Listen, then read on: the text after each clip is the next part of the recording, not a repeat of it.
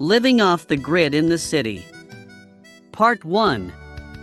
Rationales for living off the grid. Section 1. Definitions. What is the grid? The grid, as I generally refer to it, is different from the grid associated with the electrical company. Here, the grid is a collection of services, entities, laws, and commitments that keeps most of us economically tied down, saddled with debt, generally unhappy, and socially and technically undeveloped. It is a system composed of many entities, institutions, companies, government, and individuals, working independently or together for their exclusive benefit, and to your detrimental expense. These entities usually have a cover story, an apparently noble cause for their existence. But, over time, they have become rotten and malignant due to runaway greed, their addiction to power, and spreading corruption. These entities include public and private entities, empowered by your government, causing you harm, while parasiting as providers of goods and services. Public entities may include your water and sewer provider. And private entities may include 1. Your electric company, 2. Your water and sewer services provider, and 3. Your telecommunications or communications company. You have, forcibly and without your consent, been married to one or more of these grid entities, usually from the moment you become an independent adult to the moment you die. In fact, your ties to these entities, arguably, predate your adulthood through your parents. You are forced into this marriage because, generally, no one asks you if you want to get these services, or what rates you would consider fair to pay.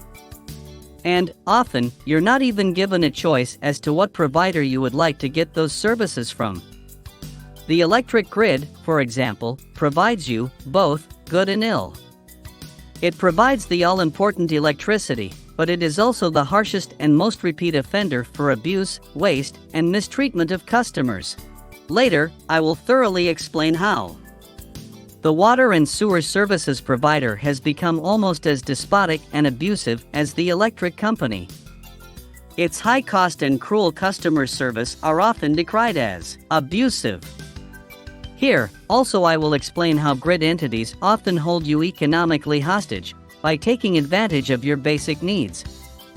And, of course, your friendly communications company has largely evolved into a hungry monster, often colluding with others, to create illusions of choice while raking in obscene profits.